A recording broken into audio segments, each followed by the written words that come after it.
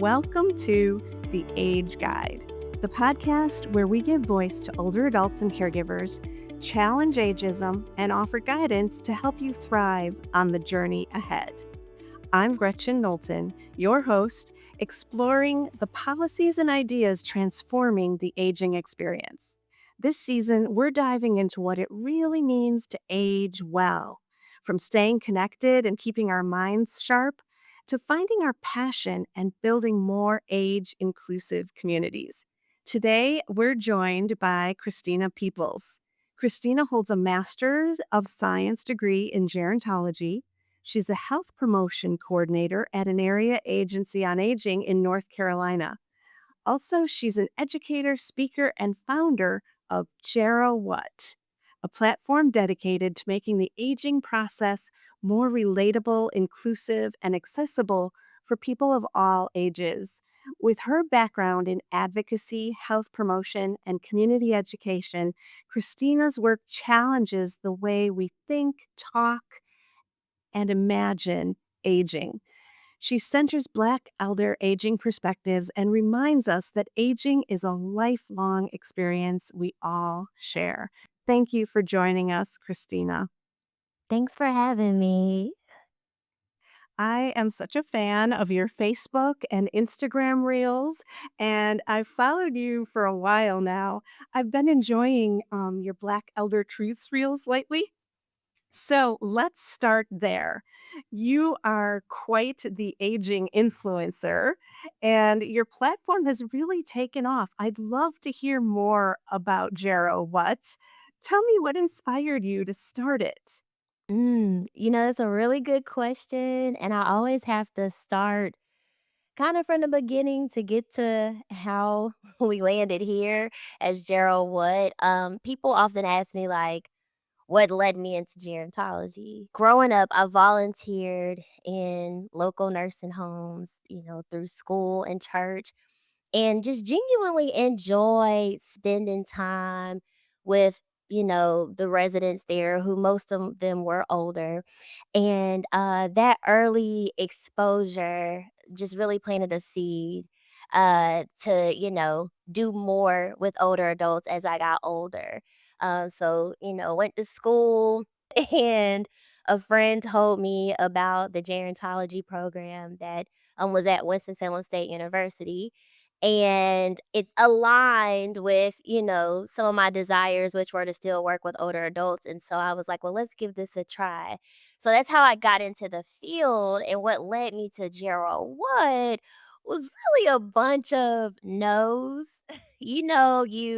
You go through life and everybody at some point is gonna experience a rejection. Sometimes it's a few, sometimes it's like a lot, but we experience them. So you can either see it as a good thing or you see it as negative. I saw it as negative. Okay. I'm questioning Hmm. myself. I'm like, should I even be in this field? Like, what Hmm. am I supposed to be doing within that headspace that I was, trying to navigate?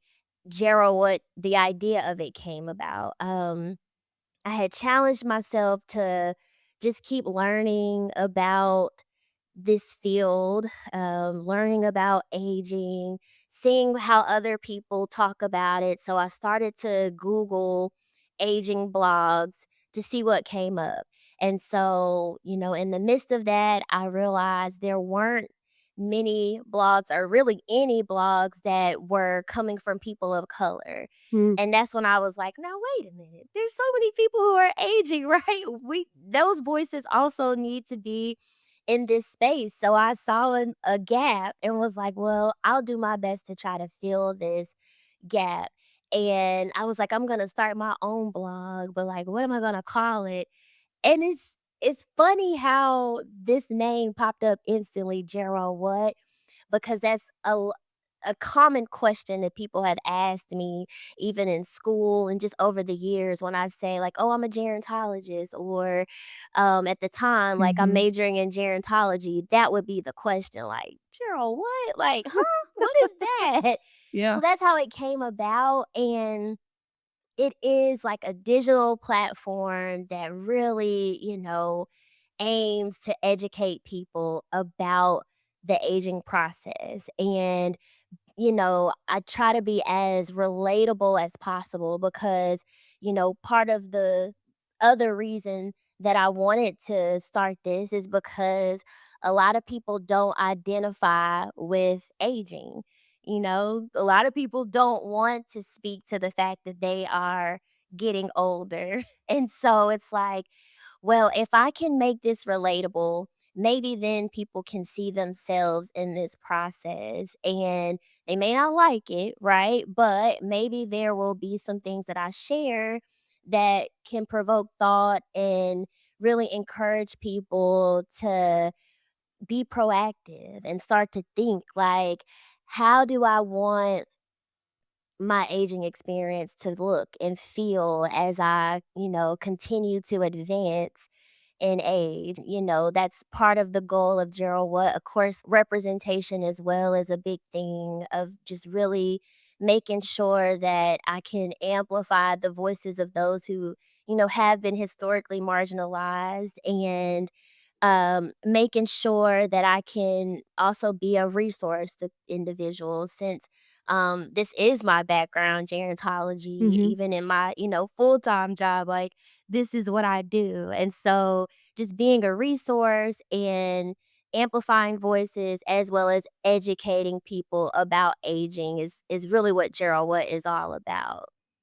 All right. So I definitely want to circle back to amplifying those voices. But first, since we're still talking about Gero-What, let's drill down on that. I know you actually did a whole video on this and people can find it on your website. But I would love to hear your definition of gerontology. And I think listeners would appreciate that too. You do a great job of explaining it. Oh, well, thank you. I try to keep it simple, right? It's the study of aging, but it's really, deeper than that. Like we're as a gerontologist, you can look at aging as, from the biological, the psychological, or the social aspects. And so you're looking at how from, throughout a person's life, how all these different aspects, all these different experiences shape a person as they reach, their 60s. And Hmm. then you also think about like, okay, now that this person has had all of these experiences, all these different changes with their bodies or mentally, right? Whether it's learning new things or finding it more challenging to learn new things, whatever, because it's very unique how that shows up.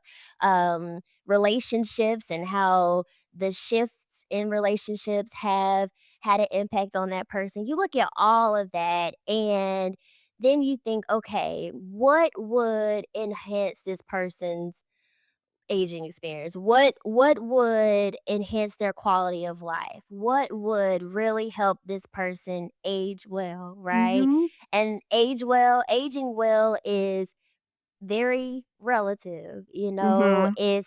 it's not like a set definition. It's really going to be specific to each individual and that person's needs. But looking at, what programs could help with this, what are some services that need to be available and, accessible for an individual? What changes need to happen in an environment? What needs to be modified in a person's home? Like you're looking at all of those things. I really work to just give everyday examples. Like we don't think of aging in like a everyday type of thing, but it's something that is every day, right? And so it could be as simple as having a conversation with a loved one. That Hmm. is shaping your aging experience. Hmm. Gardening is shaping your aging experience because it may bring you joy, it may help you Hmm. relax, which then can have an impact on your mental health or an impact on your physical health in a positive way. So just I try to tie all those things together, but make it where it's something that you can see it like, oh, so today when I decided to eat that apple, or when I decided that I wanted the mac and cheese, like Hmm. The That's playing a choices that role you in some make type of play a way. role. Yeah. Yeah. Yes. And like you said, aging well has so many different components to it. I think sometimes people equate aging well just as being healthy. But Mhm. it's so much more than that. And a lot of people do end up acquiring one or more disabilities as they age too. So I wanted to talk about that. As we're recording this, it's July, and July is Disability Pride Month. And as someone who studies aging, I know you have expertise on that intersectionality, that overlap of aging and disability. How do you see disability pride connecting to the aging experience? And how can you continue to still see your aging experience as part of this aging well, despite maybe some health issues or disability? Yeah, first off, I love that question. People often think that with age, um, it's guaranteed that you might have some type of disability. That's not Hmm. always the case, True. right? Good point. Some are born with disabilities. It Hmm. shows up in, various forms and through, various parts of your life. It can Right. or it has. So I think just one thing like people oftentimes kind of mix the 2 together and think that it's like a inevitable thing, but it's not. But if it Hmm. should it, like you said, it doesn't mean that the person isn't aging well. So if an individual, in their mid 40s or mid 50s has now received a diagnosis of like a chronic condition like diabetes, or if an individual in their 30s has now experienced hearing loss. When those things show up, I think initially a person may feel shame, which then gives this negative like perspective on, disabilities. But I do believe that if we embraced like those disabilities, that more people who are experiencing symptoms from disabilities or who have them and have not addressed them would. Right. You can still I have was a just full life even if you have a disability. yes. Yeah, which Mhm. then helps you age well, and Right. so you'd be surprised at how many people today, because you can't see every disability, right? It's not Right. always visible. Right. You'd be surprised, like, how many of us are living with some type of disability, and if we talked about it, and if we, like, lifted it up as something that's just, "This is what it is, and Mhm. this is, like, where we're gonna go with it," more people would have the devices and tools and whatever else that they need to live well. And just because you have a disability, because you are living with a chronic condition or anything, we oftentimes think, well, that's it. Here we Mhm. are. Right. This is a story of my life versus, okay, this is what's going on, and let me, educate myself and Mhm. learn what I need to do to manage. Yes. How can I empower myself to like remind myself I'm in control still. Like even with whatever has come up, I'm in control. It may look different. It may feel different. People Right. may interact with me differently, but I'm in control and I can work with where I am. So Mhm. that's kind of my take on all of that when it comes to, disability and aging. Great. So embrace the tools and resources that are available. Get that hearing aid, use that cane if you need to. And we got to start erasing the stigma around those things, right? Absolutely. Yeah. I appreciate your take on that. So, you really shine a light and create a platform for the lived experiences, particularly of Black elders. How do experiences like racism and discrimination, maybe medical mistrust or lack of culturally responsive care, shape the way BIPOC communities specifically experience aging? Mm. Well, I mean, when I think of intersectionality, I think of how age intersects with, like, what you're saying, like, racism, when it intersects with sexism and other, like, isms that can come up, it can also shape how a person looks at getting older. And so, it could show up as an individual now dismissing some of the symptoms they might be experiencing. It could show up with them not going to the doctor. It can show Yeah. up as there, being like a gap in health literacy, because you could find that there are communities, specifically Black communities, where there is a lack of education being provided that could, um, really address some of the, questions, some of the challenges, all of the things, right? So, you'll start to see that also, you'll see that there is a lack of representation, you'll see that there may be more negative stories, where there's like a heavy focus on what is absent from these aging experiences versus what's present, which are still, life experiences, wisdom, skills and knowledge and all of those things. For the Black community, like I mentioned, we are kinda heavily focused on all the negative pieces because there's a lot of negativity, that has shaped the way people have aged. When you think of, certain zip codes and within those zip codes, how there may not be certain resources available, which then, limits the type of food choices a person makes or limits, um being able to go to the library and, read or get certain information, or how it limits access to, senior services or access to other programs. Like, all of those things oftentimes are based on, systems that have been put in place to ultimately limit the way we all get to age. I've worked with so many people who have had,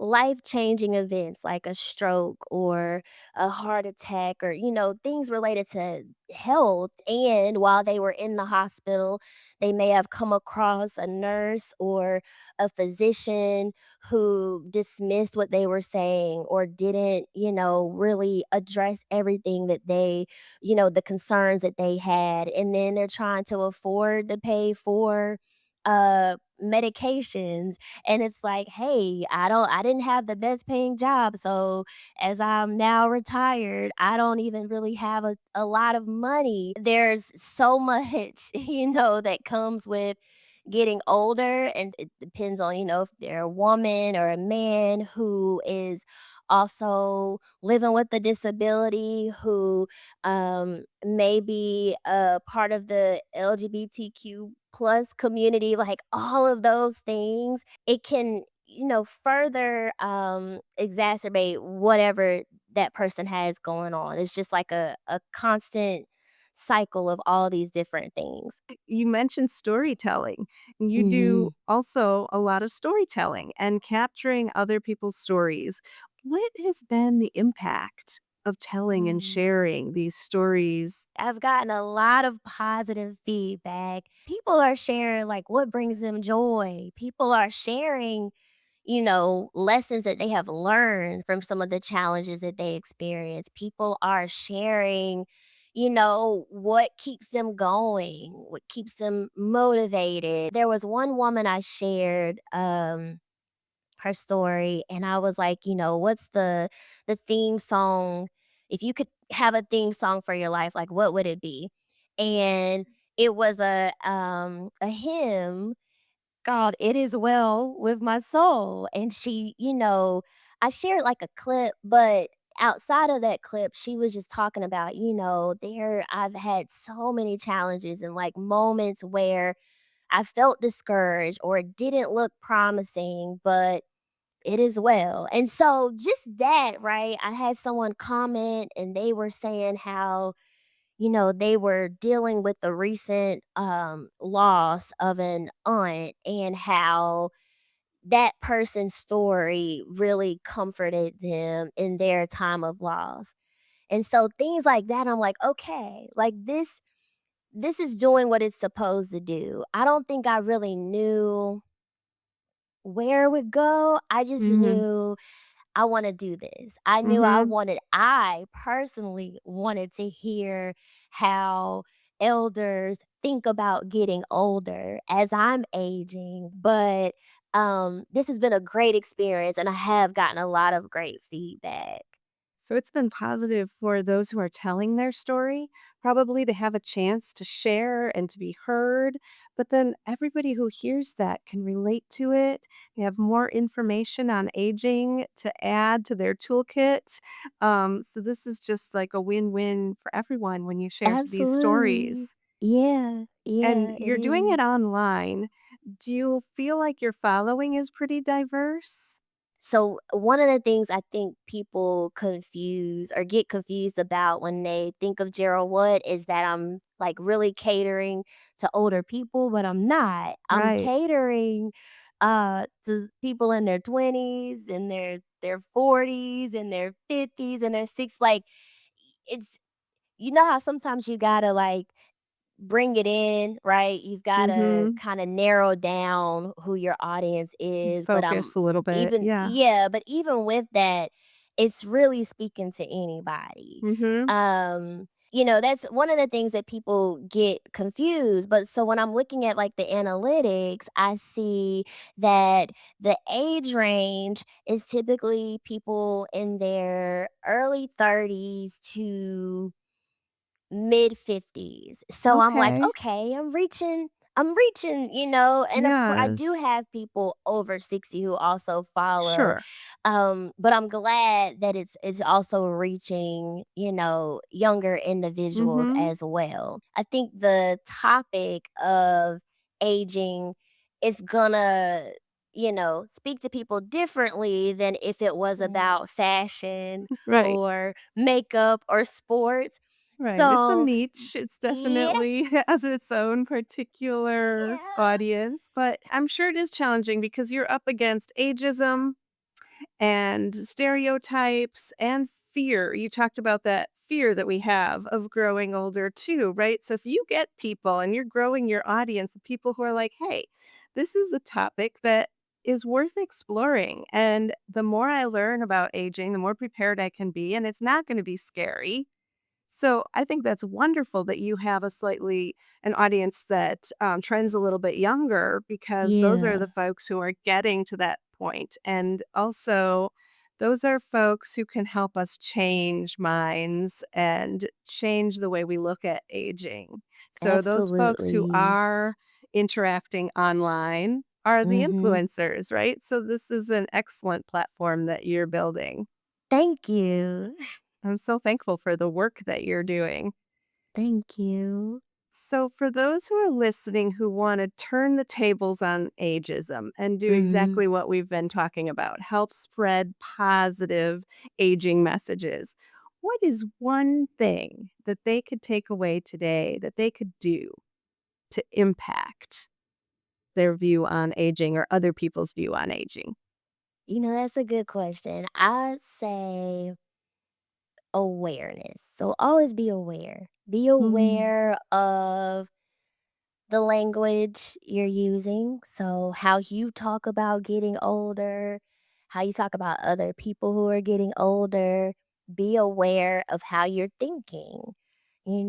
When you look in the mirror. Like, what are some of those thoughts as you look at your body changing, your hair, your face, Mhm. your skin, all the things, What are like, you saying to yourself about that? And can you turn it yes. around and be positive? Can you stop sending Yeah. those ageist birthday cards, please? Please stop, stop. I teach part-time, Oh, and one of the assignments I gave my students for like their final project was to make anti-ageist birthday cards. excellent. And they had to design them right. And, of course, like do a reflection on, how they came up with those cards. But there was one card, it was so simple. It was like, growing and glowing, like, on the Yeah, front of the birthday card, and I was like, "Yes, like, I love that." that's what you wanna hear on your Yeah, birthday, yeah, right. yeah. That's why I say be aware. Like, we're not gonna always get it right. I don't always get it right, like, even with me challenging ageism, there are still times where I'm ageist. And so Yeah. it goes back to just being aware. And when we're Mhm, aware, we have that choice to make of, mm, now am I gonna say this? Am I gonna do this thing? Am I gonna exclude myself from this activity? And, the mhm, main thing I want people to take away is to be aware and really be aware of how you talk, how you think, and how you're interacting with other people as it relates to getting older, because the way we see aging, starts at a young age. It starts with the messages that we heard, the things that we saw, but that right. shapes and it influences things on down the road. And Mhm. it could be a negative influence, it could be a positive, but either way, there's always like that opportunity to change whatever it is to Yeah, something that's going to be best, be just being better aware of for it. you. Yeah. I like your Mhm. no pressure style. It's okay if you mess up and you make mistakes. So we are all That's it. just reflecting back what we've been taught culturally and by Yeah. society. And we sometimes say ageist things, but be aware of that and Be question aware. it and think through how you want to express yourself. I really appreciate that Absolutely. perspective. So, what's next for you, Christina? You've got all these platforms now, and we'll put in the show notes how people can find you. So, I would say be sure to follow Mhm. Gero-What, but where are you going with this next? I really want to do more work with organizations, as it relates to, I feel like there's a connection with these stories that people are sharing, Mm-hmm. and what organizations can do to also promote storytelling. One of my friends gave me the idea of like, hey, yeah, keep pushing these stories out, but also talk to younger people, Mm. talk to a 5-year-old, Talk to get younger their people take. about aging. Yeah, and Yeah, get their 'cause take we're on all how aging, they right? see getting older and what brings them joy, like, cause that can also help Yeah, someone of any age. yeah, So, I, like, appreciated that feedback, and I'm like, "Okay, like, I can do another one. I'm gonna keep Black elder truths, but I can do one of just, like, aging truths where it's any person at any age who's, sharing their stories and experiences with getting mm-hmm. older." And so I'm really excited to see where this grows. I had one idea because I some of the people that I interviewed, like they did actual like professional shots. Mm-hmm. And, eventually I want to do like an exhibit at like a Oh, library to bring people from the community in and, yes. see these images and see some of the things that they've shared, and also even, possibly hear from those individuals. But really the main goal is like to kind of start those conversations and get people talking, and then of course just continuing to, you know work with people and get their stories. I I said that one day I want to go on like a tour and, be able to travel from place to place and, Capture you know stories. yeah, Yeah. it could be like what is it? People Humans of New York, I think is what it's Yes. called. but like a Aging aging humans of spin. the world. Yeah, Okay, yeah. Christina, you got this. I'm excited to read Thank your book. you. Okay, alright, yeah. Do you go on your One world day. tour? Thank you for the work Yeah. that you do, Christina, and thank you for joining us on the Age Guide podcast. It was wonderful having you here. Thank you. I enjoyed it, and I appreciate you all having me.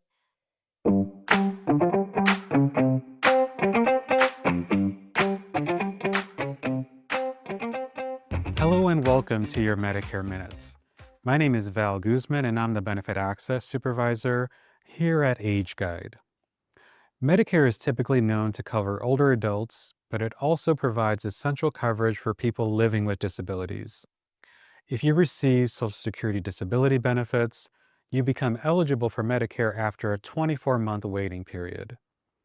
Medicare gives you access to hospital care, doctor visits, and preventive services. Medicare also covers medical equipment like wheelchairs, walkers, and oxygen supplies. Enrollment in Medicare will normally happen automatically for people with disabilities, but you'll still have some choices to make to ensure you have the best coverage possible. For more information on Medicare for people with disabilities, visit ageguide.org or call us at 800-528-2000. Thank you for joining us on The Age Guide, where we explore the insights, experiences, and practical strategies that help us thrive as we age.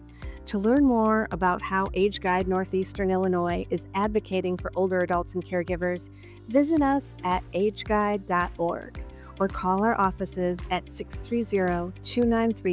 630-293-5990. And if you enjoyed this episode, please share to help others find us. Join us next month as we feature Courtney Hederman from AARP Illinois talking about how to age well by avoiding scams.